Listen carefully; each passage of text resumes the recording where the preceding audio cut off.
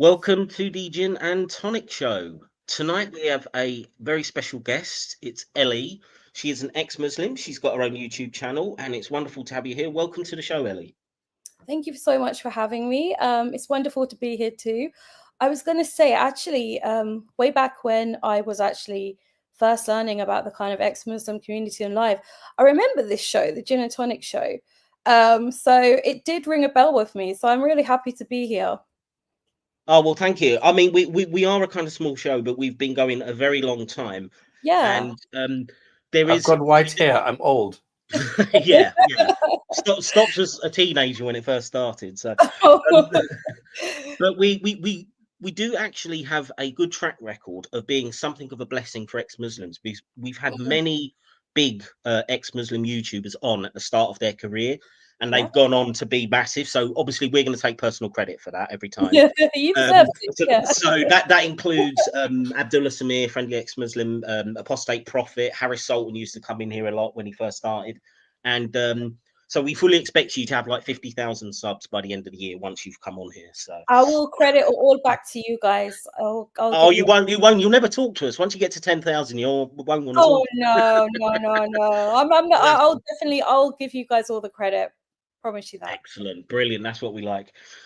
Okay, so tonight we're going to talk about Ellie's journey into and out of Islam, which I think it's kind of interesting, because I have noticed a few YouTubers now who are not just ex-Muslims, but they are people who've previously converted. So, for example, Abdullah Samir's wife now, who helps him with his channel. There's also another guy called Billy, who goes down to Speaker's Corner. I don't know if you know. I do. Yep. Yeah, so I'm hoping this is going to be a wave of people doing this, because there is this misconception and this myth put out by Dawah apologists that we got all these converts coming in, and they really don't look at the fact that quite a lot of people also end up leaving some number of years later. So I think it's good to burst that bubble. I was going to say, it's actually good to see, because at the start, obviously at the ex-Muslim community, like when I kind of found it in 2018, Oops. Oh no. Ellie, you've frozen. Oh dear. Right, folks, we've got technical issue here. This is typical. Oh my gosh. Ellie, Hello? Yeah, you're back. Oh no, that's it. No, that's fine. So you froze for about 20 seconds there. Frozen again. Oh, you're frozen again. Oh dear. Ellie, I don't know if maybe you need to disconnect and rejoin us, or what a pity. Hello? Oh. Yes, we hear can hello. hear you again. We can hear you. Sorry, guys. I don't know if it was the internet, but it's connected again. So can you guys hear me all right now? Yeah, you come through fine now. That's brilliant. Right. Okay. Yeah. Sorry. No, I was just saying. Yeah.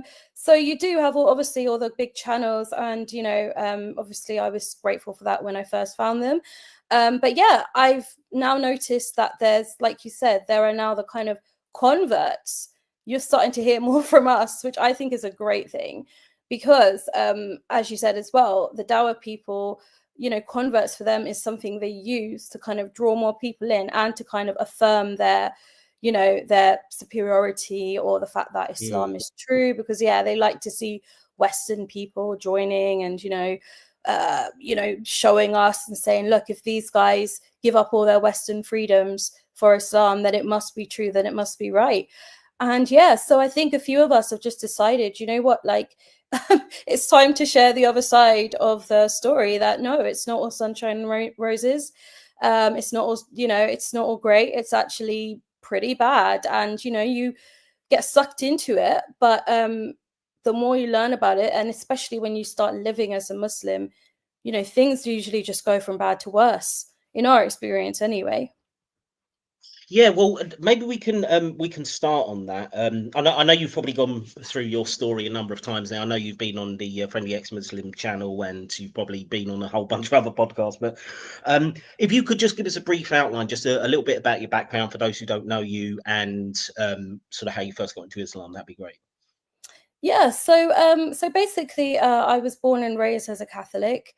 And I went to Catholic schools my whole life, basically till the age of 16. And although I'm from London, and I did grow up mainly in London, I was quite unique in the fact that I didn't really mix with anyone of any other religion. because, you know, the Catholic schools I went to, as you probably know, like if you're a Catholic, it's quite tight knit, and we go to the same schools, you know, we socialize with the same people. So although I lived in one of the most multicultural cities in the world, I really didn't have much exposure to anything else. And yeah, so what that did is it kind of shielded me in a way where, you know, I just didn't have exposure to other religions, and I just thought, I don't know, everyone was kind of like a Catholic, which means that that was my experience of religion. And I think that's important to note, because I also had like friends who were atheist, although they were Catholic, you know, by tradition, or their family were. So in my eyes, I thought religion was something which was something you just kind of had as an extra in your life, but it was something that gave you community, but not in such a strong way. Yeah, it was more of like a complement to your life, or something you turn to for a source of, you know, comfort or something like that. And yeah, when I was about 16, I actually changed schools in sixth form. So that's like the last 2 years of schooling before you go off to university in the UK. And I actually, for the first time, went to just a normal state school. And yeah, I ended up taking religious studies, but I didn't realize that it wasn't really religious studies. It was actually Islamic studies that I had signed up for 2 years. How Yeah. did that happen? Do you know what? Like, it was, I don't know if the sixth form were not aware, but the town I moved to was like, the town I went to sixth form in has a very heavy Muslim influence, or like Muslim population.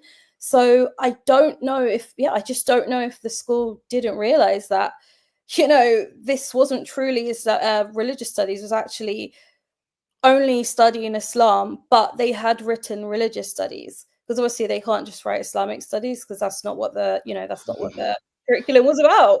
So yeah, so I ended up in this class, and as I said before, it was like, you know, 30 students, but out of those 30 students, it was only 5 of us who were non-Muslim. And yeah, so I was like fully immersed in almost like a kind of madrasa like style of learning about Islam, but in a school, in a British school. So Dear, oh yeah, dear. I know. Look, and at the time, as I said, because I was used to the kind of Catholic ways, I didn't really know what I was in for, in the fact of that, you know, even though it's just teaching about Islam technically, you know, from a kind of, I don't know, just for your A levels technically, but there's always dawah going on, not intentionally, but you know what it's like in Islam, you know, they're not shy about saying, yeah, this is what we believe and it's true because XYZ, you know, they're not subtle about the way they teach it. Yeah, they're really not. And you know, I was like, at first I was quite intimidated. You know, I was like, oh my gosh, what am I doing? Like, and I had no choice. I had to keep taking the course. And but very soon I grew to be really impressed with the community, with a sense of cohesion, like with the strong identity. And at the same time in my life, you know, I'd had quite a few problems, kind of like just in general, because I think, as I said in my first video, you know, I didn't really have happy teen years. You know, a lot of stuff was going on at home. And I would say now I was in a vulnerable place where, you know, I was just looking for something to belong to. And at the time, because I was young, you know, I was 16, 17. I don't know, I was just so susceptible to like a community, and to something new. And I just started to fall in love with the whole feeling of it, with the whole vibe. And then they were teaching us as well, as they always do, you know, like the Quran has never been changed, and you know, this is the truth. And this was way before you had the ex-Muslim community as it is now, you know.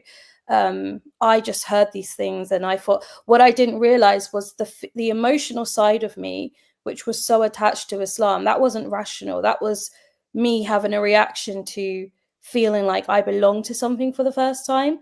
Yeah. And yeah, and then I went on a trip to Istanbul with my class, and you know, again, that was a wonderful kind of holiday trip thing. And again, you know, that's just the kind of feeling you get when you travel with people you like, friends, you know, it is a lovely experience, but they were attributing it to Islam. And this is a sense of sisterhood in Islam. You know, this is what you can have if you're a Muslim. And yeah, and it really got into my head, that period of my life. And I went through some more hard times, although I went off to uni, you know, did the whole uni thing. But towards the end of my uni, things got a bit worse for me in some ways. And I just thought, you know, and I met someone again, I met a few Muslims again. And I thought, yeah, this is what I need. This must be true. Yeah, and I took the plunge and joined Islam properly and started living as a Muslim. So Ellie, can I ask you that period where you've changed schools, you're learning about Islam in the, you know, the education system, and you've got all these Muslims around you. Were they kind of pressuring you to join Islam at that point, or was it done in a subtle way, or was it done in a kind of, you know, did they ever mention like hell and things like that to try and sort of bring you on board? Or Yeah, so sometimes it was subtle. Sometimes some people just straight up told me you're going to hell. You know, they did, and not just that. Obviously, being a woman, sometimes, you know, they would say, and I'm not saying all of them, just specific individuals who were like in the class, you know, women who don't cover their hair, I think they are, you know, not disgraceful, but obviously they're immodest and it's wrong. But I think my teacher, who was, I always say she was a very, very nice person. I think she is, you know, she was just a genuine nice person. And she was always, you know, she was very strong in her faith. She never fully told us to convert, but she always would talk about people she knew who had converted, and like, you know, how Islam just improved, almost, I guess, improved her life, but not so much in those words. But yeah, because I think there's a concept in Islam through, well, there is a concept of like learning, being that embodiment of the Quran, or actually embodying dawah and representing Islam. And they mention that, like, you know, us as Muslims, we have to act in a certain way to kind of draw people in. So it was a mixed bag. Yeah, it was a mixed bag. But they definitely used to say that Islam is true, and that they would talk in a way where it was almost like that was the baseline of reality, that the world is, yeah, that's how they talk, as if like, and you're inside of it, like, wow, like I remember feeling like they are so unapologetic about their faith.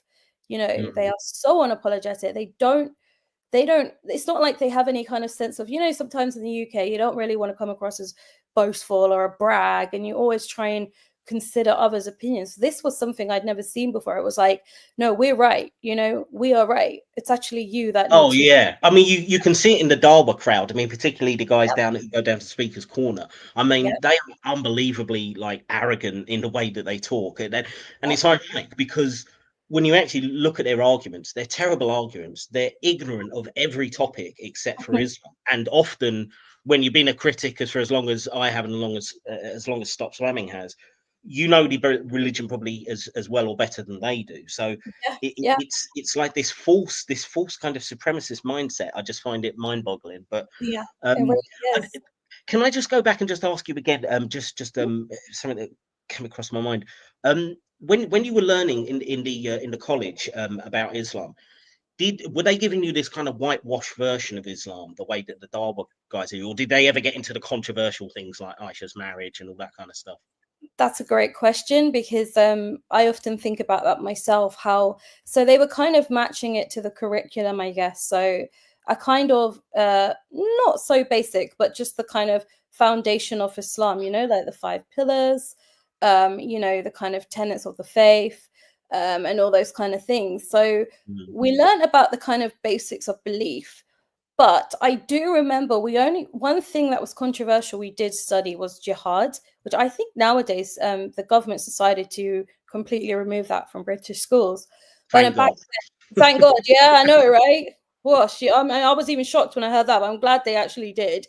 But yeah, no, we learn about jihad, but that was from a very kind of like, okay, so you have the greater jihad, which is the most important, you know, the one where you're fighting your nafs, and, you know, that's the one which is, you know, the one that all Muslims should be focused on, blah, blah, blah.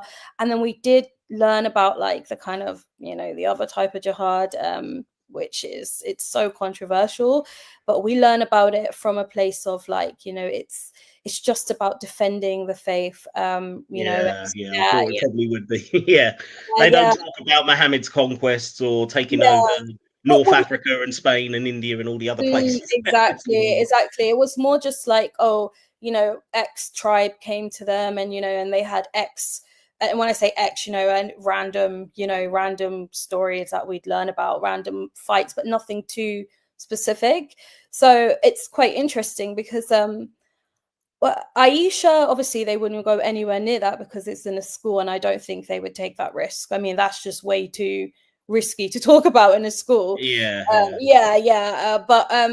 it was when I actually was a Muslim that those things, I started to learn about them when I was fully into the life.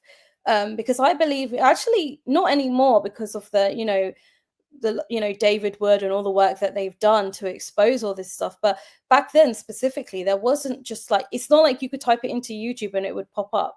Like, so it was. What sort of rough period are we talking here? Are we talking like early 2010s? For me, it could be the late, like, so around 2009, actually 2008. No, 2009 as well. Yeah. There wasn't much. There wasn't a huge amount going. I think at that time it was just starting to get more in, like, internet Islamic critique on. But I think David Wood did start around that time himself, and I think there was some other shows. But it's not like now where there's thousands of videos you can see kind of critiquing Islam. There's lots of ex-Muslim stuff. Back then it was more limited.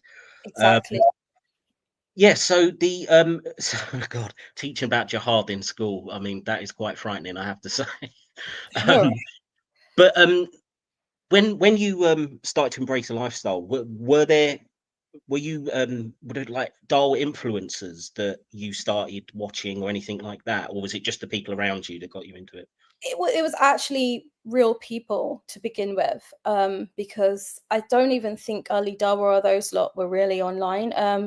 The only, who was it? I think maybe Zakir Naik and Ahmed Didat were some of the, they were the ones that Muslims would show me and be like, look at, you know, Zakir Naik refuting this random person, or like these really old videos of Ahmed Didat looked like they were from VHS.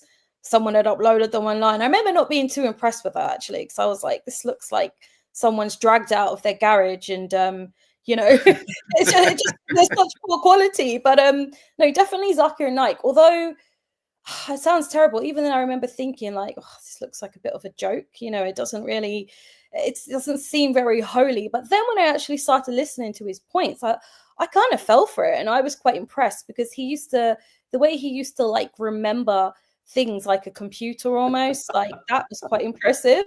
And I quite used to enjoy watching him convert other people to Islam on the spot. I used to like that for some reason. I think maybe it made me feel like, I don't know, I could relate to it in some way. But no, for me it was all real life people actually that influenced me. What about Zindani and his science stuff? Was he online or was it just a book? Because we actually had a book. No, it was videos. It was interviews. It was Keith Moore. It was a whole. He actually made a whole movie about this. So he had all these scientists come out and say, "Yeah, this is a scientific miracle," and they found that it's in the Quran, and they're so impressed. Yeah, see, because that's the thing. I had a book in my classroom called "Scientific Miracles in the Quran," which I did remember reading and feeling quite impressed. But no, I'd never heard of him before. As I said, my conversion was from more like people in real life and everything. Wasn't really. Did you actually feel that you were being hypnotized? Could you actually get a sense of this? Yeah, definitely. I think maybe because I was so young, I just wasn't able to really work out what was truly going on. But hypnotize is a great word, because I actually remember being in Istanbul and we were sat outside of some very old mosque, and you know, it was nighttime, and some guy in our group started singing nasheeds, and we all, like, one person started crying, and then we all started crying, and they were like, you see, Muhammad, he's in your heart, Allah is in your heart, can you feel that? You know, they were really, And I was crying more and more, and I was like, I guess so. I guess I can feel him. And that's why I say to people, don't underestimate the emotional pull that, you know, these things have. I know it's not, you're not thinking, you know, you're not actually rationalizing it. You're just, something's happening, and yeah, it's like being hypnotized. Exactly. Yeah, because one of the things is and I think in your case, you've got a confluence of a number of factors. One, you were young. Two, you moved school when you were surrounded by mostly Muslims in your education. Three, I think you mentioned some maybe personal issues and stuff going on at home. And also just getting that sense of community around you, like as you join Islam. I think they all play a role, don't they, in terms of like the emotional kind of, well, I was going to say I don't want to use the word manipulation, but in a way, yeah, I am going to use that word because that's what it is. And I think there's a particular, I mean, I don't know how much these other people knew about stuff going on in your personal life, but these Dawa guys are expert at focusing in on people who are vulnerable, whether that is because of personal problems or whether they've suffered grief or a relationship breakdown, all sorts of different ways. When you're at your lowest, it's when these guys strike. I mean, they're like vampires. I really do think, like, and they're trying to sort of suck that out of you when you're most vulnerable. Your defenses are lowest, and it kind of sounds like that your situation as well. I think most people, I think, who convert are in that kind of headspace. Completely agree, and that's what I talk about a lot on my channel, because it's quite, you know, ironic. Well, it's not ironic, but the Dawa people always accuse everyone else of being emotional, and like, you know, Islam is the only logical religion, you know. And you're like, you're like, you guys are the most emotional in some ways. You literally prey on, you prey on people's emotions. And exactly, and I talk about, because, you know, I get a lot of people in my comments, I get a lot of support, which is great, but I do get some people who say, you know, I can't imagine why, especially a Western woman, would join this system. Like, what were you thinking? And I'm like, well, this is the thing. Like, it's almost like you're not thinking in that way. You are, like you said, you're in a vulnerable place. You might be going through grief. You might have got no family. I mean, I knew some people who literally came from, you know, not having a stable family at all, and they were genuinely looking for people just to be in their life, and that's the people they get, because that's human psychology, right? We want to belong, and some people out there don't have anyone to belong to, and so it's a sad fact, it's a sad reality that vulnerable people do tend to get preyed on by people who are, you know, quite predatory in that way. It's a social element as well. I mean, to be fair, I mean, Islam is not the only religion that does that, but I do think they do it in the most insidious way. And Jehovah's. Yeah, well, I mean, you do see it amongst, I mean, you yeah. see it with Christians and Jehovah's Witnesses and whatever. I mean, there's a lot of anyone who wants to convert somebody are going to use these tactics. But I think, yeah, in my experience, the Dawa guys are particularly, they do it in a very ugly way. The other thing you mentioned there, Ellie, I think was that, or I don't know if you mentioned now or whether it's one of your videos. Did you ended up getting into a relationship with a Muslim guy? Was that a big draw as well, like getting further into the lifestyle? I mean, because I didn't meet him like when I was a teenager or anything. It was more like in my early 20s, my very early 20s. But that exactly, that's what kind of gave me the next step, because now I became a Muslim wife, basically. So I was no longer just a female Muslim or just someone interested.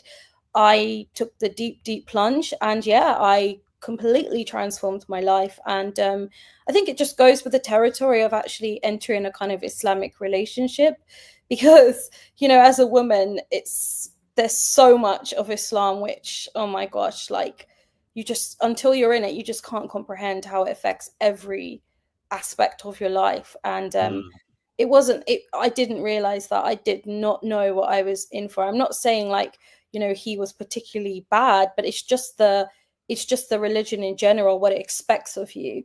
And it's, you know, it's the people around you as well, now how they perceive you, because you're an Islamic woman, you know, you're a Muslim woman, and you're expected to act like one. And that was, to me, that was eventually it just got so hard for me. So let's dig into that a little bit more, if you don't mind. So when you first became a Muslim, was there this pressure for you to wear the hijab? Did that come straight away, or? I mean, it kind of did. I mean, it was more like, I guess everyone understood the hijab was quite a hard jump, but it was more like, you know, you need to just start like covering up a bit more. And then it was also my behavior, as in, you know, you can't anymore just sit and talk to a random guy. You need to be mindful of the fact that, yeah, you can't free mix anymore. Because that was just second nature to me. Yeah, I just, you know, if I go to someone's house and there are male relatives, you know, you sit down, you talk to everyone. You don't think, oh, there's Yeah. a men. So yeah. So I was accidentally constantly walking myself into situations. Literally, I was making a fool of myself all the time in those first 2 years. It was so stressful for me. It really did stress me out actually in the end. But it's terrible because you're just being a human being, you know. Exactly. Oh, and I was just being myself as well. Like I Yeah. didn't, yeah. But it was, I had to learn. I'd say the hard way, but like it was more like the embarrassment, which eventually got me to modify my behavior, because I just, in a way, I sort of felt like a child. Like I'd gone back to being a child and I was getting everything wrong. I mean, to be fair, you were still quite young. I mean, what age were Was. you when you converted? So it was my early 20s. So yeah, it was around the age of, I'd say, 20, 21. Yeah, I mean, you're still. I mean, as much as we are adults at that time, we're still figuring Oh, the world out and stuff. So I mean, it it's was, I still see myself as extremely young at that age. Like, you know, I should have been just focusing on finishing my studies, you know, thinking about my career. But yeah, I was way too young to enter into the life that I did. so. What were the people like that were around you in the Muslim community? In terms of, I'm particularly interested in the religiosity. Were they all very kind of pious Muslims, very orthodox, or was it a mixture? It was a bit of a mix, I'd say. So the thing that everybody was certain that they were a Muslim, and you know that was it. It was the identity. So, and I mean that in a way, it was like, you know, they were more likely to just mix with Muslims and nobody else. So Mm, we had some that were quite observant, and then you'd have some who were practicing. You know, like they wouldn't eat pork. You know, they wouldn't drink, but maybe not doing all of the prayers, you know, sometimes fasting. So yeah, it was a bit of a mix, but I would say it wasn't like anyone ever openly doubted the faith. Like it was like the common consensus that nobody questions the faith. You don't question the Quran. I never heard anyone assault the Prophet, like nothing like that.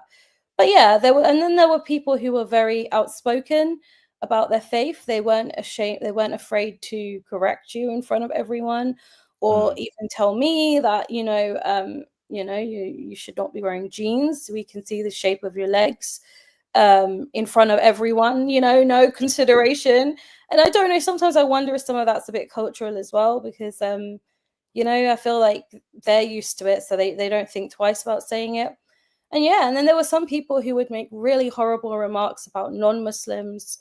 And if I ever said, you know, well, that's a bit rude, they said, but yeah, but you're a Muslim. This is how we think. It doesn't matter if you're friends and family.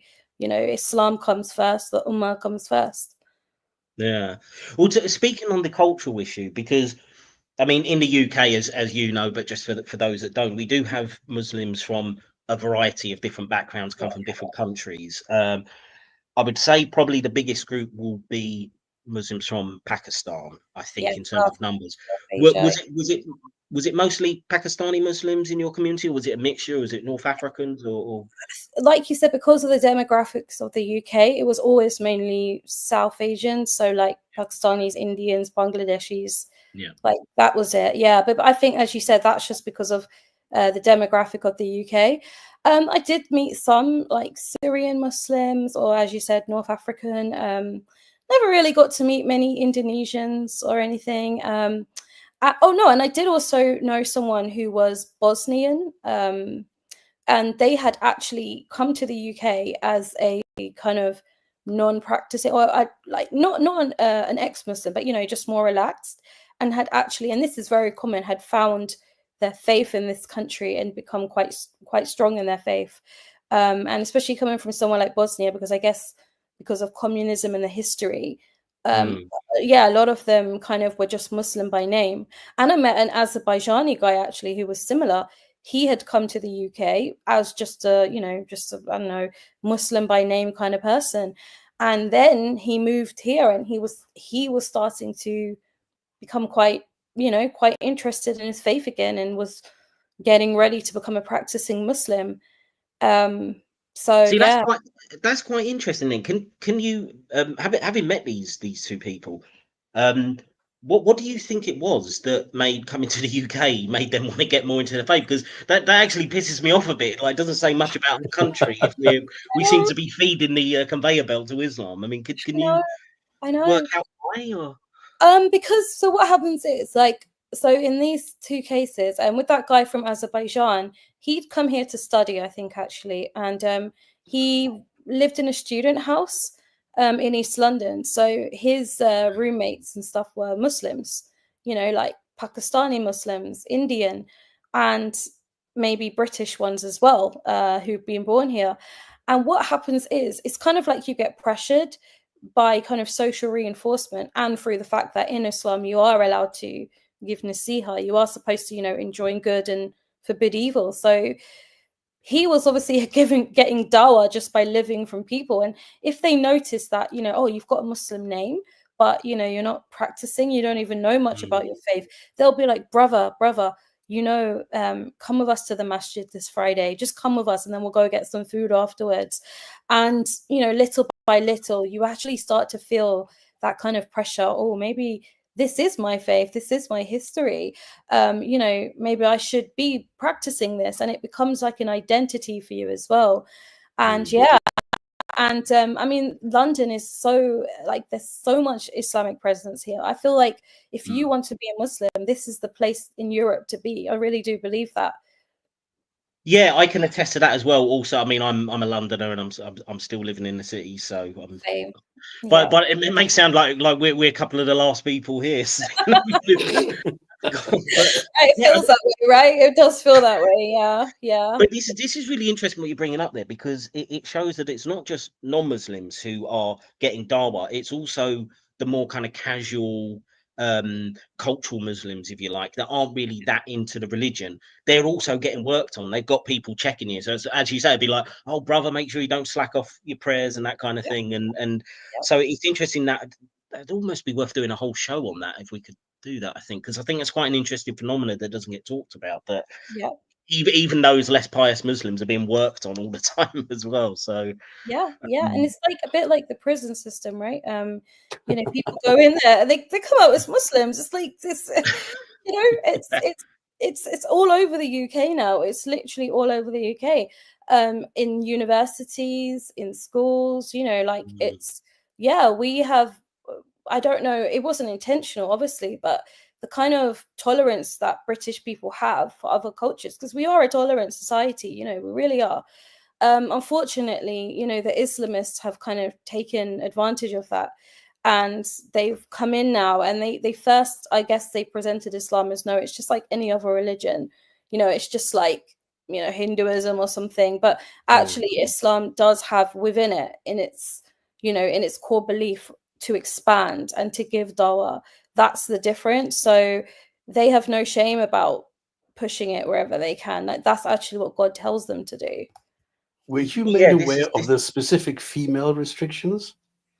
I can't lie, but I thought they were good, because what had happened as well, because of my kind of childhood and my past, I had a lot of, I don't know if the word anger, but I had a lot of questions. I had a lot of kind of issues kind of in my mind, and didn't understand why I went through what I went through. And that was another thing that was said to me a lot in those first couple of years, that it's the West which led to my life. Any problem you have is because the West is a degenerate society. Yeah, that's the one. We always hear that word so much, degenerate West. Degenerate, exactly. And they're like, they would say to me, in Islam, children are like, so protected, like, obviously, because you know, the dad has complete control over the family, you know, and women need to be taken care of, you know, women need to be provided for, and all this promiscuity, you know, men leaving you. In Islam, you know, your husband can't leave you like that. He has to give you your rights. But he can get 3 other wives, so you know. No, that's the thing. That's the thing. But back in those days, actually, there wasn't. I think that now is much more open because of the manosphere.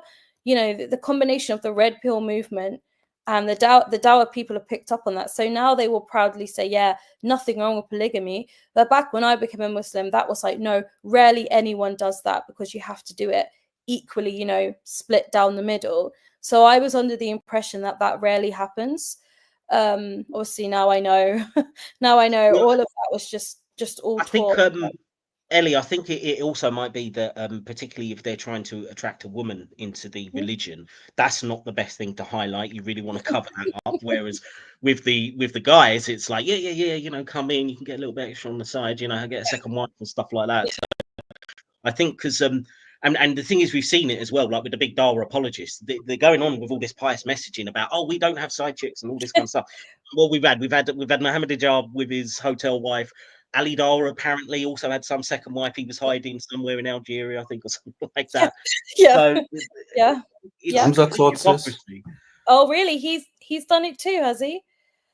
Oh, Hamza Sort says, yeah, well, 10 years, actually, it was 10 years ago that he was caught on, what was it, Ashley Madison, you know, that dating website. And Yeah. that is set up to pretty much use to cheat on your partner. And his name was on that list. And he tried to deny it at first, and then he was like, oh, no. Well, technically I am allowed to look for a second wife. So he just doubled down. Yeah, but the funny thing is, though, despite that pretty much wrecked him. He'd had a series of public humiliations before in terms of debates over the years, but that finished him off. And I think Mohammed Hijab has gone in the same direction. So I'm pretty happy. Yeah, because I thought Hamza Zorts just went a bit quiet. I thought, what happened to him? Now I understand what happened. Ashley Madison. Oh my gosh. But do you know what? When I saw this Mohammed Hijab thing kick off, I said, I know this sounds terrible, but some of his followers, I really feel like he could do whatever he wants. All they want is him as their spokesperson, because he signals, you know, he's like that strong in their eyes. I wouldn't consider him like mentally. Oh, he's a big guy though, isn't he? He's like 6'7" or something. Huge. And he's always going around with talk of threatening people and having a fight. And I think that does appeal to like the Dawa bro crowd, doesn't it? Absolutely. He's their role model. And I feel like, and this is another principle of Islam, another value they hold, is like, no matter what he does, he's still a Muslim. And as long as he verbally, you know, out loud calls himself a Muslim, they have a duty to still accept him as their brother, even though he's sinning. So, you know, okay, he's doing all these things, but he's still their brother at the end of the day. So he will still have followers. The only time they would really turn against him is if he became an ex-Muslim, which would never happen. I don't think that would ever happen. So yeah. Well, I agree. I think his core audience won't be shaken by it, but I have seen a lot of criticism since all this stuff came out, and also since he lost that court case against us. Oh, that's another thing, isn't it? Yeah. You know, he's got a £670,000 bill to pay now, so his estimation has gone down in the Muslim community quite a bit, and I think he knows it. So I'm hoping this will be his, you know, the downward spiral of his career will be 2025.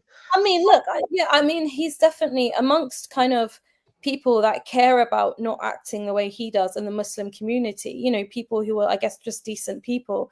Yeah, he's definitely rubbed everyone up the wrong way. But I do still see, you know, as I said, the kind of people who like that kind of, you know, really macho kind of, they don't care, you know. But as you said, yeah, there's definitely people as well who find him to be disgraceful with his behavior. Yeah. Well, anyway, let's get back to your story, Ellie. So, so you're in a relationship with a Muslim guy. You're fully converted. You're kind of being pressured into, you know, behaving like a Muslim woman should, whatever that is. Like, what's the next part? Like, how many more years were you a Muslim after that? Then before. Yeah, so pretty much towards my late 20s is when I left Islam. So it was I'd say it was about good 7 years that I lived as a Muslim. 7 years, right? Okay, that's blimey, that's a long time. So It is. did you have because I know it's always you'll be asked the same tired question every time. What made you leave Islam? And I know that it's not usually going to be one thing, is it? It's usually a series of different things you might have found out about Islam, or your treatment from other Muslims and various other bits and pieces. But I am going to kind of, is there one particular thing that really stands out that made you like really start bringing the doubts on? Yeah, so my story is kind of a bit, some people find it a bit funny, or some people find it a bit strange, but I have to be honest, you know, it was one conversation. I mean, well, look, I'd say it's never, like you said, it's never one thing. What started to happen was I started to get like very, very depressed. My mental health was really going down the drain, and I was kind of feeling like, I think this might be something to do with my lifestyle.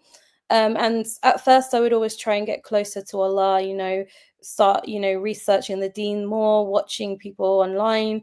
And, you know, I was constantly turning it back on me, and I was like, it can't be the faith, you know, and I didn't really want it to be, because I was like, you know, I didn't want to feel like I'd brought into a lie, but I did start to see the cracks. And, you know, I guess I was getting just a bit exhausted. And then one day, you know, I've always grown up with dogs. Like, I love dogs. You know, my family's had them. And yeah, I think the UK, we do just love dogs in this country in general. We You know, do, but yeah, yeah. so yeah, we're a dog loving nation. And I obviously in Islam, dogs are, you know, they're not permissible in the way that they are here. You can't keep them in the house. You're not supposed to. And yeah, and I'd always hear how dogs are dirty, and a lot of people were scared of them, actually. You know, I'd be walking down the street, and they would literally jump the other way because a little tiny, I don't know, cocker spaniel walked next to them. And I'm just like, oh, I'm sorry, I thought you saw like a pit bull. And I look, and it's like a little fluff. I'm like, what? You mean all these big Dawa Muslim guys? They're frightened of I swear, go let a little dog run through a little pug, let a pug off the loose in Speaker's Corner, and it will be like chaotic. But yeah, no. So I really hated that. I always hated that, because I know how lovely dogs are. And you know, one day I was actually at my in-laws, and we were just kind of having a discussion, because I wanted to get a dog. But obviously, I researched it, and I realized that was probably not going to happen. You know, it's just not halal. And yeah, so we were kind of, everyone was trying to tell me why it's not okay to have a dog. And you know, for the first time ever, I gave a little bit of pushback, because I was like, first of all, I said, you do realize there were dogs in the Quran, right? In those seven sleepers, that seven sleeper story. I don't know if you guys know that one, where, you know, six people or seven, yeah, they were in a cave, and you know, they woke up like 100 years later. It's a very random story, but there was a dog. yeah, I know the one you mean. Yeah, there was a dog with them in the cave. So I said, well, okay, if we're not allowed a dog, why were there a dog with those people? And they were like, well, that was those people, you know, they were specific. And then they were like, but in the hadith, you know, it does say an angel will not enter the house where there's dogs and pictures. And I was like, Muhammad gave him to drink from out of his shoe. Come on, it's the other way around as well. Yeah, I mean, there's so many contradictions like that, right? So yeah, I tried a little bit to be like, well, I said something which was kind of like, well, how can we really trust the hadith, you know, if it's all contradictory? I know. And I just saw the reaction of me saying that. And I was like, oh crap. I was like, I don't think I should have said that. And I got this kind of, you know, nobody was aggressive. I mean, they're lovely people, but it was just, I clearly had crossed a line, which nobody ever crosses. And I kind of was like, oh gosh, like, yeah, I shouldn't have said that. But then I was like, but I know dogs are lovely. I love dogs. Like, so there was cognitive dissonance. But for the first time, I was like, if I gaslight myself now, yeah, where else is this going to lead me? Where else am I going to know something is wrong for me? And I'm going to try and convince myself that it's right, and I'm going to be more miserable. So that was the spark for me, where I was like, you know what? Like, I think I know now that this isn't right. That is the most unusual trigger I've ever heard. I know. Yeah, I have to say, I really like that, because a lot of people will kind of mention things maybe about, you know, Aisha's age, or wife beating. Yeah, Yeah, lots of different things like that, or the Four Wives or whatever. And then you've got your dog story. I think it's brilliant. I think it's fantastic. because, and the reason, you know, why I actually, in my first video, the reason I used that was because I know they're going to come and say, oh, you left Islam for a dog. And I'm just like, yes, I did actually. I didn't leave it just for that. But yes, that actually was part of my reason. I think it's perfectly valid and acceptable.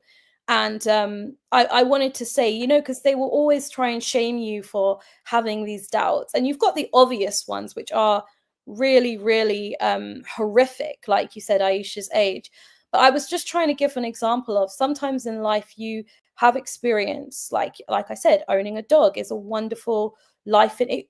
And that was another thing actually. When I was I had a depressive episode you know, when I was just before I became a Muslim actually. And my dad's dog, she was actually the only thing that got me out of that or got me through it.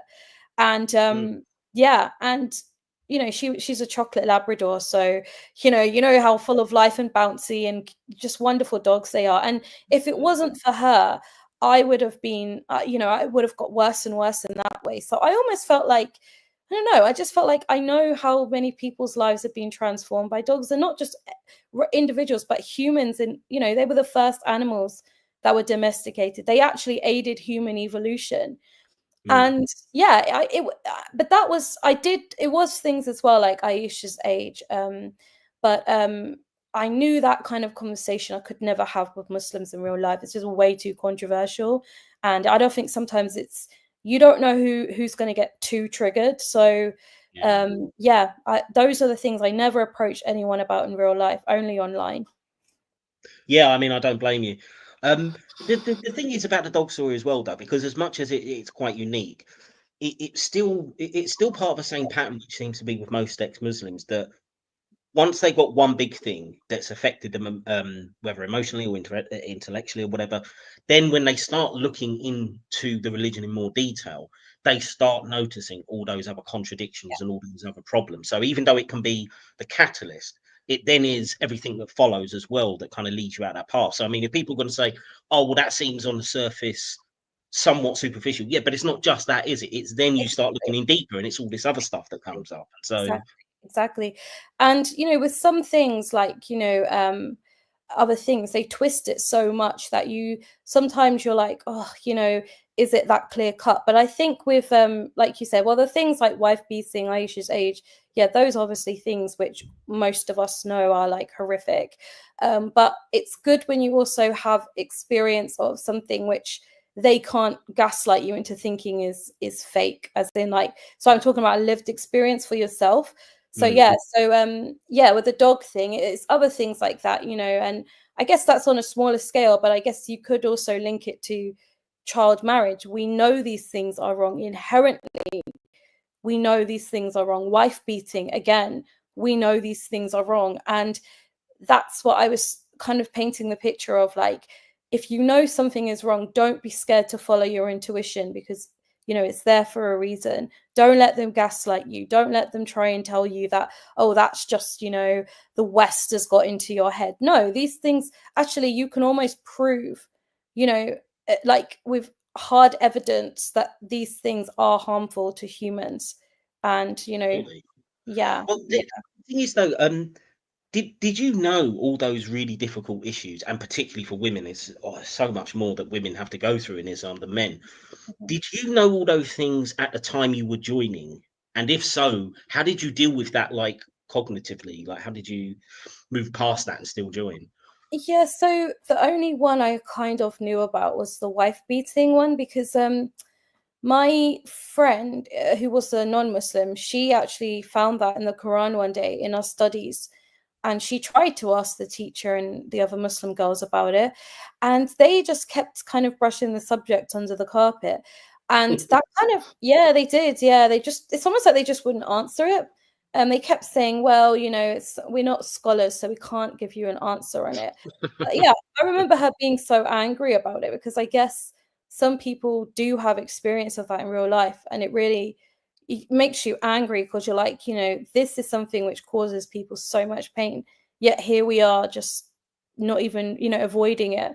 But you know what? Something happened to me where I was like, the pain I had gone through in other areas of my life, something kind of happened where I was like, you know, they kept kind of convincing me that these things don't actually happen in Islam, like wife beating, like this is the last resort. Whereas in the West, yeah, in the West, you know, men just treat women like crap. But at least in Islam, you have the protection of marriage. At least you have the protection of the family. So I feel like I had been convinced that as bad as it is in Islam, the West somehow is worse. That's what I was thinking. Which is amazing, because it's you know, I can understand, like, from your position, that you would grab onto that, and that might persuade you because you want to be part of religion, etc., at that time in your life. But it's such an amazing hypocrisy to say that the West, which has laws against you know, beating, well, violence in general against people for no reason, but yes, you can't beat your partner, and yet it's somehow superior to say that God has ordained that it's okay for a bloke to hit his wife. I just, how can you possibly make that argument that that is a better system? I don't know. It's because they kept saying as well. I mean, this was back in the days of when it was like, you know, you hit her with a miswak, you know, just like a little oh yeah, the toothbrush, yeah. yeah. So Oh, we were told that, look, it's more of a, like a, you know, it's just a what would you call it, like almost a light tap, that's what they normally yeah, say. like tap, or it's symbolic. It's not actually like, you know, get your fist and it's like just tap her on the shoulder. So when I became a Muslim, that's what the kind of common thing was. But obviously now I understand that it's actually just, when it comes to violence, allowing any kind, it's a power imbalance that Islam creates, which actually allows more violence to, you know, which encourages men to feel that kind of you know, power over their wives, which in turn will lead to more issues. Whereas now in the West, I can see that, or, you know, people who don't follow a religion like that, we don't emphasize that men have, you know, dominion over their wives or their girlfriends, and that, you know, a woman's modesty and her behavior is no indication of how manly you are. I understand now that it's not about just telling people don't hit your wife, which is important, but it's also how you view women that prevents domestic violence. Because if you keep telling men that you are more, you know, you are a degree above women, that you are, you know, a woman's testimony is, well, you need 2 women for every man, those have implications that lead to certain behaviors. You know, it's like what you cultivate on a very small level starts to, well, not a small level, on the values you cultivate will manifest. So Absolutely. now, yeah, as an older person, you know, now I understand, you know, a bit more experience in life, that, you know, it's how you view women, which actually leads to certain behaviors, you know. Yeah, I totally agree. And you can see, and again, obviously, we're not trying to demonize all Muslims here. There are plenty of Muslims who will treat their wives well and whatnot. But you do see, and particularly that more online Darwa sphere, if you, or Darwaverse, whatever you want to call it, that kind of again, that dominion and that kind of treating women essentially like a piece of property at worst, or a child at best, in terms of, you know, they can't really take care of their own lives. Yeah, it is quite prevalent amongst, you know, the more kind of Salafist type Muslims, and you know, it does create huge problems here in the UK. You know, and again, with extension of things like grooming gangs and stuff, I think it does play a role. This kind of general attitude towards women. So yeah, Yep. it's definitely problematic. Yep. So okay, so when you left Islam, oh, excuse me, actually, there's one more question I wanted to ask. You did mention it on, and I'm sure you've mentioned it on a couple of your videos, but this whole thing about sort of dealing with a certain amount of racism Oh from yeah. Muslims. I don't know if you'd maybe just talk a little bit about your experience with that, because well, yeah, you go ahead. Yeah. So that was another thing. So when the strange thing is when I first, you know, started showing interest that I think I'm going to become a Muslim, there was this weird fascination with me being, you know, perceived as white or British. Like, wow, this is amazing. You know, there was some sort of excitement. And wow, you know, when you put the hijab on or wear the kind of traditional clothes, oh, it looks so nice. You look so much better, you know, blah, blah, blah. But then once I was in the life, it was like, you know, the fact that I'm perceived as British and white was like, oh my God, you have a past. You know, you are not as pure. Literally, I would get people like just almost looking down on me for having had a past, and the constant comments about white women being, you know, really derogatory words. And yeah, our women don't sleep around. These women are, they're out on the street, you know, they've got no shame, blah, blah, blah. And then the racism towards Black people, which is really, really strange because there are loads of Black Muslims, but my goodness, the racism I heard was shocking. And, you know, in London, you know, you don't really hear that. I mean, maybe with some racists here and there, but like to hear people calling other people slaves and stuff is just, it's disgraceful. You know, it's I'm not used to that. It's awful. And I would hear that literally. And as I said, sometimes towards other Muslims, which is really, really like, you think that you're supposed to all be Muslims, but still that racism really was there. And you know, I think with the white girl thing, I kind of had a feeling they were going to think that about me. I don't know. I just felt like, okay, but I thought as soon as I wasn't a Muslim, you know, and I was living the Muslim lifestyle, that would go away, but it never did. I was still always perceived as almost some sort of weird outsider, although I was a Muslim.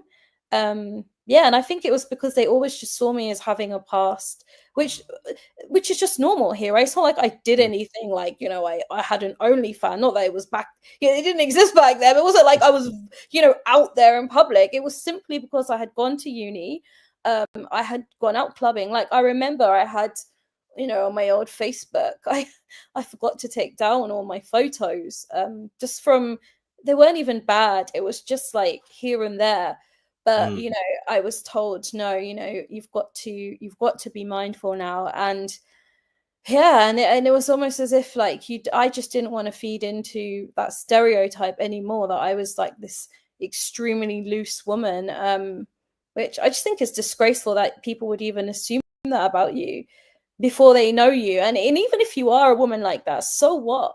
Doesn't mean you're, you know, doesn't mean people have the right to insult you, or even worse in some cases, the way they think. No, not, and as we say, this is definitely not all Muslims.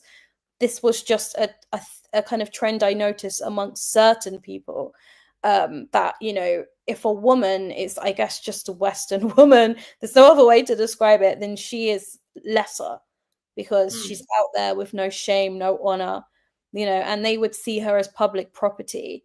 You know, even Zakir, yeah. Again, I mean, I think this is also a contributing factor to, again, the you know, the trouble we've had with grooming gangs and stuff. Absolutely. And the really big disproportionate number that come from the Muslim community. And yeah, this idea of the degenerate Western woman, you know, she's going to be up for it anyway. So is it really wrong that we're doing this? I think it all kind of plays into it, with terrible consequences. And it's nice, at least this year, that I think finally the government have been forced to start acknowledging it. You know, we had the KC review and stuff like that, which was admitting what everybody has known really for 15 years. But it's interesting, that psychology though, because I mean, number one, it's great because the Darwa guys love going on about, oh, there's no racism, you know, look how terrible the West is, look at slavery, look at them, as if Muslims weren't the biggest slave traders for 1,000 years. Right? I know. But also then it's like, oh no, we're all one brotherhood, all one sisterhood. And then I've heard this story so many times from ex-Muslims, even from current Muslims, particularly from Black guys, which I've spoken to, who are Muslim. They say they put up with a lot of kind of racial shit as well. So, but I think it's funny though, like funny, but my warped mindset, the mentality is like, oh, it's great. Look, we've got a sort of white Westerner who's converted, so it's almost like a trophy capture.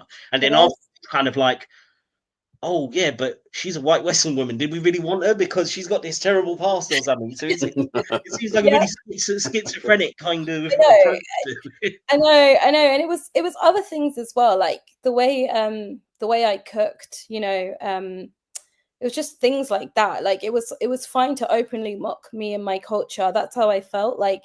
And it's really kind of, it's so hypocritical, because if we were to do the same the other way around, like make fun of people for, or keep harking back to these kind of stereotypes, you know, we would probably call out each other. I'd hope so, for being so, you know, arrogant, ignorant, and being, yeah, just awful, being a horrible person. But it was almost just like, as you said, it was okay to stereotype people. And I think a lot of that is because what people, I don't know, maybe non-Muslims wouldn't realize, is that Islam doesn't respect all women. It's just that Muslim women are expected to be treated differently. You know, back in the days of Muhammad, you know, they would have slaves who didn't cover up. So it's not like, oh, the whole world has to be modest. You know, no, these are rules for Muslims, and the non-Muslims, they don't really care. Like, you know, the way we act, they will just say, well, we're better than them. You know, because yeah, that's another thing I hear, where the Dawa people would say Islam, you know, gives rights to women, and you know, we were the first feminists and all this stuff. Yeah, literally. And I'm just like, you having a laugh? Like, yeah, like, you know, sometimes I feel like there's not, as I have to keep saying this because I do know Muslims who don't think like this, but sometimes they're, and maybe it's cultural as well, but there was a kind of feeling like white women are just fair game, maybe to be mocked, or whatever, you know, to have, to just try and use her or something, because yeah, as you said, we represent everything to them, which is basically a woman shouldn't be. Yeah. And this is all extra ironic, considering that you are actually of mixed heritage. So I know. But even when you weren't dark enough for the pace, apparently. So you didn't. This is the thing, but there's so much colorism in certain communities as well, that they would always remind me, and I still hear this today from people. You know, certain people will say, you know, like, dark skin is not nice, and you know, you must feel lucky that you came out, you know, kind of more light skinned. And I always shut that down straight away. And I'm like, no, I don't want that way of thinking to come back in the UK. You know, we don't think like that here anymore. Good for you. Yeah. No, absolutely. And look, I mean, obviously, I'm not saying, I mean, the UK, every Western country has had its history of racism, and I'm not saying there isn't racism now. I think we've had massive improvements in the last few generations. I think most people these days really don't care about race, but again, it's the irony. It's like this pretense that Islam is solving this terrible bigotry problem in the West, and it's like, are you? Because the practical reality does seem to say otherwise. So I think it's worth highlighting that. Yeah, definitely. Ellie, we've gone past the hour mark. I'm really I'm obviously conscious of your time. Are you all right to carry on for a bit longer and carry on the conversation? I've got 30 minutes left, so that should be fine. That'd be fantastic then. Yeah, if you wouldn't mind staying, because and also people if there's anyone who has any questions in the comments for Ellie, then please leave them now, and maybe she can answer them towards the end. Well, I've got a question. Ellie, I can see you as being quite inspirational for young Muslim women, because you've been there and you are articulate, you know how to bring these things across, and you've thought about things, which I think is a huge bonus. Do you, I don't know whether you've thought about this, do you have a single piece of advice that you can give to young Muslim women? Not just, no, it's okay not to be Muslim, but something that you can give to them and say, listen, it's not as bad if you do this, or if you think this. Is there anything that you can tell them? Yeah, you know, what I would say to them is, number one, I completely understand how hard it is to be born into this, and I completely empathize with them. I feel like, you know, sometimes the rest of the world just doesn't understand. And actually, I will say this now, you know, I feel like it's becoming our duty now as women who are able to speak out for other women. And that's what needs to start happening too. But also for the Muslim ladies, I would say, don't, you have femininity inside of you. Being a woman, we're blessed with actually having something about us which is just so beautiful. I'm not saying men don't, but I'm talking about the femininity side, you know, the things that Islam tells you to be ashamed of, you know, doing hiding it. Yeah, hiding it, exactly. Denying you of experiences like going to the beach, going in the water, sunbathing. You are entitled to those experiences. Don't feel guilty for wanting to take part in them. Don't feel guilty for wanting to go out dancing or socializing or even finding guys attractive. Don't feel guilty, because these are all natural processes and you should be allowed to enjoy them. I don't care, just because you were born into a family that might not want you to, or you feel guilt tripped by your own religion. You have every right to enjoy what other women enjoy. And I think you should always hold on to that inside of you, that there's nothing wrong with you. You know, being a woman is, nothing to be ashamed of. And maybe one day you'll be able to leave. You know, everything will line up, which will give you the opportunity to leave safely.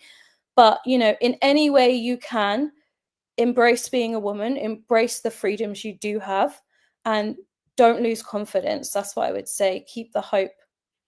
So don't be a Muslim woman, be a person what you want to be. Exactly. Do you think that saying that people are living today according to the rules of the 7th century, let's say, makes it easier to understand that there is a way out, that there is a way that you can eliminate the thinking of the 7th century, that today it is okay to do what you just said? Does that help? I think that's a great point, actually. That's a really good point to hammer home, actually, that, yeah, you are living in a different time period. Absolutely. And that's not natural. Do you know what I mean? Like, you're shamed into feeling that taking part in the modern world is something sinful. But actually, the truth is, and I've said this in one of my most recent videos, the only constant in life is change, actually. You know, life is always evolving, life is always changing. It's the most unnatural thing to try and live as those people did, because that was that time, and even then they were doing things which, you know, that should not have been happening, you know, slavery, all that stuff. But that's a great point to make to people, actually, that you are, you know, if you drop those 7th century's behavior, things get easier. Brilliant. There was I just wanted to ask, since you've left Islam, how long was it between you doing that and starting your YouTube channel?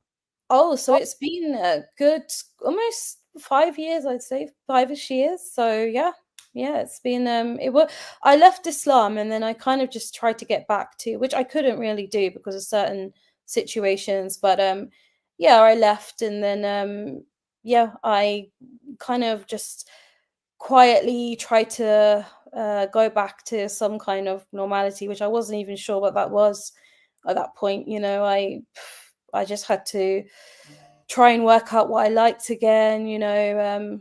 Went back to, You got a dog, I hope. Oh, I haven't been able to get, I mean, I've always had cats.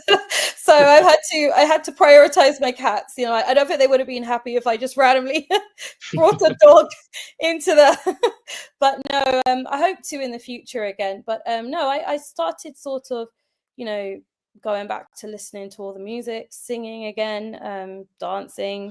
Oh, yes, of course. Oh, so it was that hardcore then, your time to Muslim. You weren't because were you pressured not to listen to music? No. What I did was, if I did listen to music, which I would, you know, obviously I'm still a human, but I would always feel extremely guilty. And what I did was I just dialed everything down. And instead of listening to music all the time, I would listen to Quran recitations and, you know, maybe nasheeds, or just try my hardest not to focus too much on that. Because obviously you're not supposed to in Islam. Because, you know, when you do listen to music, it gets stuck in your head. So they do have a kind of point in that way. Like, if you want to stop thinking of that, you replace it with their kind, or they don't like to call it music, but, you know, you replace it with their recitations and stuff. So that's what's kind of playing in your mind. So I just, and dancing as well, like things I used to do it, but I feel so guilty because I was sinning. So it was like I got to enjoy that again without the guilt. And then I would, because I didn't eat like haram meat, I only ate halal meat. at one point. So I went back to, you know, being able to get a Big Mac again, and The that was little joys of life. oh, tell me about it. Literally, I was like, oh, that was awesome. But actually though, like pork was something I really struggled at the beginning with going back to eating, because I don't know what it is about pork, why you kind of, yeah. I saw so many videos where they were like, oh look, you know, a pig gets killed and it's got all these, I don't even know if they were real videos, but like, you know, maggots in the meat. And I think maybe I just developed a kind of disgust in my head, but now that's not there anymore. I could happily have a bacon sandwich and it's all good. You got to have the bacon sandwich. That is the Oh diet. yes, I could never especially be a when Muslim. you're hungover. Yeah. For that reason alone, having a beer and a bacon sarnie, that's I could never give that up. Again, the joys in life, right? These are things that keep you going. So yeah, exactly.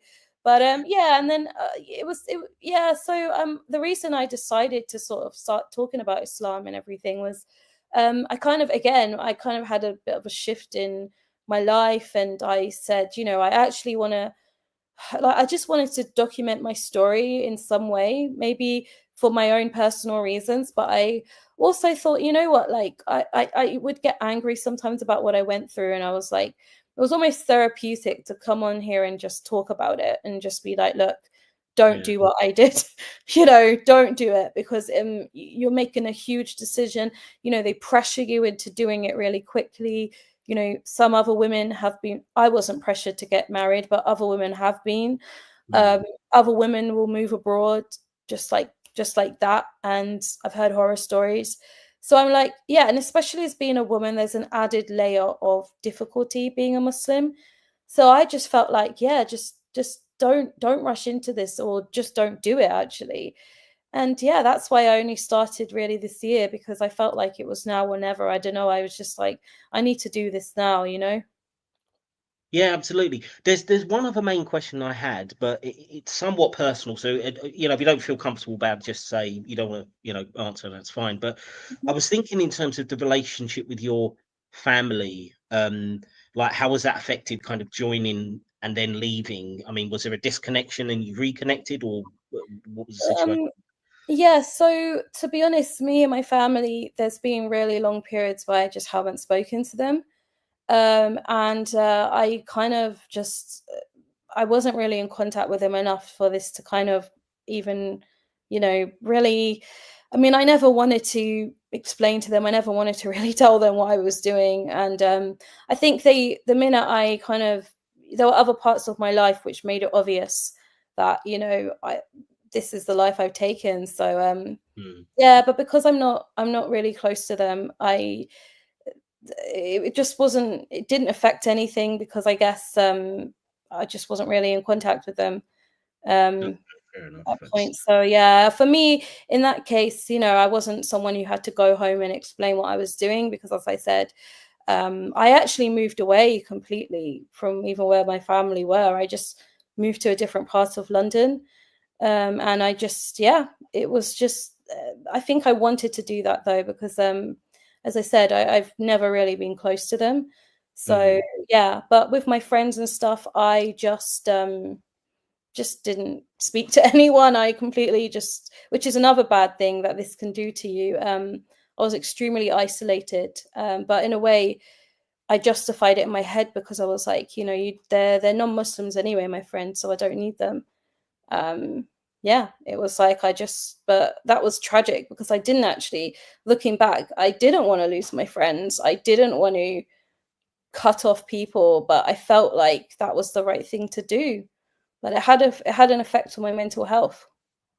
Did you get pressure from other Muslims to cut those people out, or was that just coming from you?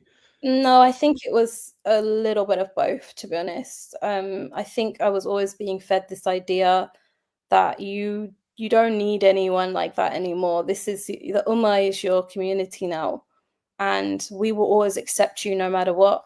But it wasn't actually like that. I didn't really feel accepted either way. But the only thing was, I guess it was that kind of, there is a feeling that you do belong to them now, even if you're not fully accepted. You are one of them. And for a while, that kind of kept me going. But then I realized it was all superficial. Mm. Yeah, it was like almost, you know, when they say like, I love you for the sake of Allah, or I hate you for the sake of Allah, that actually is quite true. Everything is just for the sake of God. It's not like I see you as a human being and I love you and I value you and all this, you know how a true friendship should be, or a true connection. Like you know, there's just something about you which I like, and I want what's best for you, and we get on, you make me laugh. But no, it's more just like, okay, we share an identity, therefore you are my friend. It's very vacuous. Yeah, I mean that really shows for me in this whole statement about, oh, I love the prophet more than I love my parents or my children. Mhm. To me, that is one of the worst messages that I get, Yeah, I hear no. from Muslims, because they think that's some kind of virtue, and Mhm. it's really not, because you don't know this person. He was brought in 100 years ago. We don't really know anything about him for sure. I Yeah, mean, there are some who will even say, you know, did he even exist? So yeah, you're not, you know, as you've just described, that kind of love and that kind of closeness comes from actual human connection. So, yeah, in my view, you can't really love or hate someone until you actually know them. yeah, So this exactly. idea of just like reading some lines in a book, I mean, who Yeah, else do you love? You know, do you love? You could pick up any storybook and say, "Oh, now I love this character," but it's not real. exactly. Exactly. It's just like loving a Disney character. You know, you idealize them in your head. You know, I love Mickey Mouse. Yeah, yeah, Harry Potter. yeah, I love Simba from The Lion King, you know, but really, I wish he was real. Like, I actually sometimes I wish those characters were real and we could meet them rather than Muhammad. Well, They're there's much better morality for a start. I think they behaved better, didn't they? So exactly, especially in Disney, because there's always a happy ending. So yeah, yeah, exactly. But you're so right. It's like that's very disturbing, and it's a cult-like tactic where you almost, mm, yeah, you displace and project your emotions that you should be harboring for real people, and you know, investing in real life people, but they take that same emotion, they take that energy and say, right, project it onto this man that you've never met, you know, and idealize him. So it creates this almost fantasy, you know, and it gets, as you said, it's not real, it's not true, it's not based on anything apart from this fantasy. And it creates a lot of issues because it's how people can cut off family members so easy when they leave yeah. Islam, you know, and it creates real life problems. But as I said, I do think that's one of the cult-like tactics of Islam. I think it's also interesting, just to go back to something you said earlier about how the isolation once you've kind of got into the Muslim community. Because I remember, I don't know if you know this convert to Islam called Jordan M. He's a big, handsome white lad, English Yeah, guy. he's been in Speaker's Corner a few times, hasn't he? He has, yeah, yeah. Well, Yeah, he talked about the exact same thing. It's like there's all this hoo-ha when you're on the verge of joining and when you're, you know, about to say your shahada, and everyone wants to be your friend. And it's almost like the next day. I mean, maybe it's not quite the next day, but within a very short space of time, you are just basically by yourself. Like all yeah, that adoration and that support just evaporates, and it's yeah, like, let's move on to the next one, yeah. which It's again, to love me bombing. does feel quite cult-like Yeah, in it's, its. it's love bombing, right? It's love bombing, and then it's the cycle. It's exactly how, you know, like if you've got, I don't know, someone who's narcissistic or whatever, predatory, and they love bomb you. They give you everything. They tell you everything you want to hear. They give you all the love. You know, they make you feel like a hero. But like as you said, once you're in it, it's like that's it. Now it's gone. And what it does, it creates that kind reaction in your brain. It gives off that kind of those receptors and everything where, you know, you get that dopamine hit, and then you're constantly chasing that high that you got at the beginning. You know, you're like, no, it must be me, because when I joined this religion I felt on top of the world. But as I said, that was the love bombing. That is a manipulation tactic to keep you hooked, to get you in, and then you're forever re-chasing that acceptance, but you'll never get it again. You know, it's a one-off thing. It's almost like chasing a drug high in some Absolutely. kind of way, isn't It it? is. It is. It is. It is. And I think Islam is very, you know, that's what I would say is quite unique about Islam, that it's almost as if, I don't know if it was Muhammad or it just evolved this way, but it really does know how to get into people's psyche. And it's like you can see he had manipulation skills, because obviously they're just copying what's been passed down to them, or they're just trying to copy the behavior of the Salaf, you know, the first Muslims and Muhammad. And we talk about this on my channel sometimes about how we feel that, you know, Muhammad had the dark triad of, you know, psychopathy, narcissism, you know, sadism. Yeah, he seemed to be a cult leader that got very popular, very successful. And yeah, Islam is based, it started with those principles. So I'm not surprised to see it still carrying on to this day. Yeah, I mean, I've always thought that the difference between somebody like Muhammad and just some crazy person you see shouting about God in the street is a combination of luck and charisma, I think. It's true. Yeah, it is. Yeah, Because if yeah. you can't get any followers around you, you are just going to be that nutcase speaking on street corners saying, "Oh, an angel spoke to me in a cave." I mean, like, so he just got a bit of luck and a bit of, you know, I'll give that. He must have been charismatic. I mean, he had Well, to have. yeah, and we were talking about this the other day in my chat actually, because we were saying, because some people were saying, you know, was he bipolar? Did he have, you know, this kind of condition? I said, to be honest, if you're really, you know, you have a very debilitating condition, I don't think it would be possible to organize a religion on that scale, because you yourself are not able to function. So yes, I do believe Muhammad did have psychotic breaks. I think that was, you know, he had some kind of epilepsy or something. Yeah, but as you said, he clearly must have been charismatic to a level where, because I'm just thinking of cult leaders we see today, or like, you know, other really, you know, malignant kind of characters. And when you profile them and you see how are they able to draw people in, how are they able to manipulate people, we can only assume that he must have been doing something similar, right? Because he managed to, I mean, we don't know if he did, it could just be a story, but if he was real and he did do those things, you know, he did manage to convert. Oh, well, there's a violent side, I guess, as well. There was a lot of intimidation. You know, I guess a lot of people just wanted to live. They became Muslim probably because they were scared, you know. But again, it's all of those tactics, right? Well, there's also what even a dumbass like Trump can do it. Come on.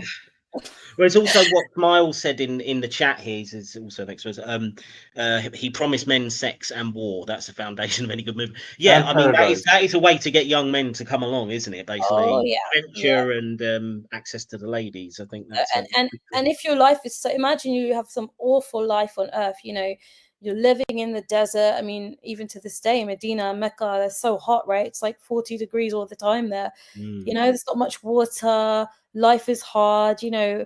Your wife, you might not even get, you might not live long enough to even have a wife. And you know, women, I don't know how clean they were back then, not saying it was their fault, but you know, life was just hard.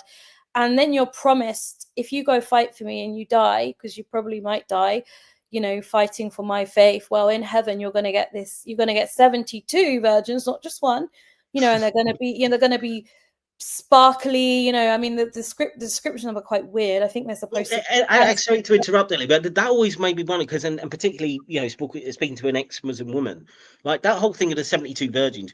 Women don't seem to get too much out of the heaven things. I mean, I when know, you're Muslim, I know. like, when you're a Muslim, what were you thinking? Like, what am I going to be doing in afterlife? Watching my husband, you know, get it on with 72 virgins while I just sit there?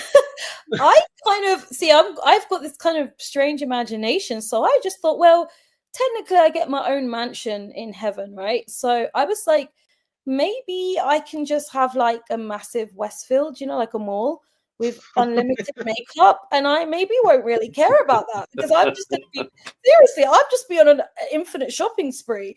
Then I might get to go on holiday to the Maldives. So I was like, okay, if men, because I used to hear these stupid lectures, it's so insulting to women, where they were like, you know, because women can't really make up their minds, that's why God didn't say what he's going to get them, because, you know, women don't know what we want, so he just left it open. So I thought, okay, if it's just a free-for-all, then yeah, I'm going to be going to the Maldives. I'm going to be so busy, maybe I won't care that my husband has got, like, I don't know, the Playboy mansion in there. Like, that's his business, you know.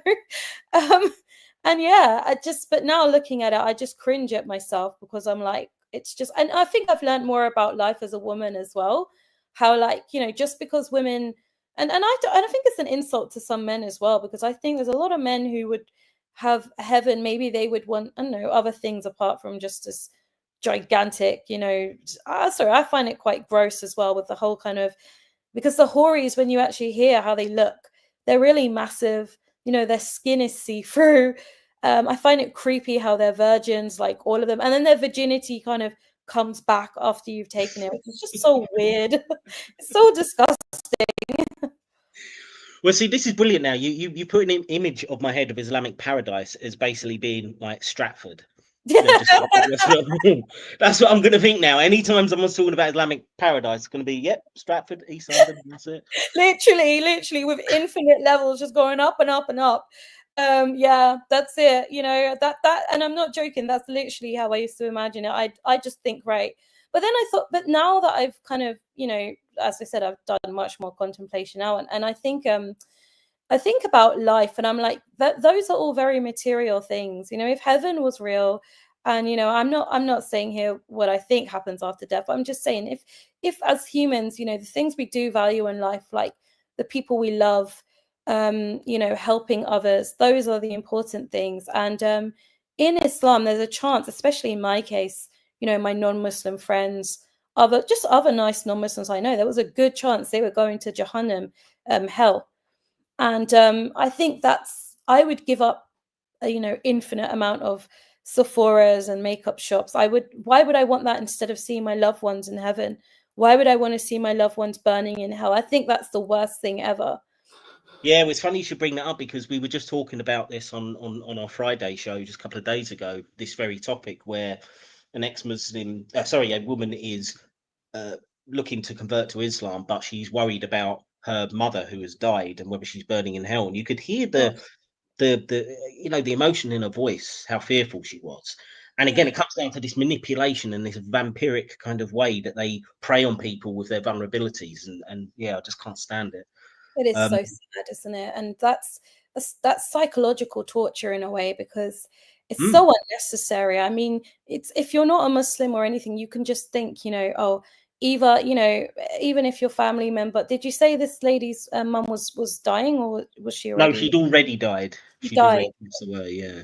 So that's such an unnecessary layer to add to grief, right? Like, you don't, it's so cruel. It's just so cruel. Like, you shouldn't have to worry, did my loved one make it or not? No, you should just be taking that time to cherish the memories you had, and Exactly. you know, working on yourself, and just, oh, that stuff makes me upset. That really does. Yeah, well, maybe don't watch our last episode then, because actually, to be honest, I was getting quite sort of angry myself when I was reviewing the Darwa video. So yeah, You know, I completely it's agree. important to talk about these things though, and to actually highlight it, even if it is sad. You know, sometimes you do have to talk about the sad things. Actually, it's vital to, you know, because this is the reality of what it does to people, and it needs to be, we need to highlight it. And when you create space to talk about it, you help others as well who might be going through the same thing. Hopefully. So yeah, no, definitely. And you know, just because I might find it sad, it doesn't mean that it's not something we should be talking about, you know. I agree.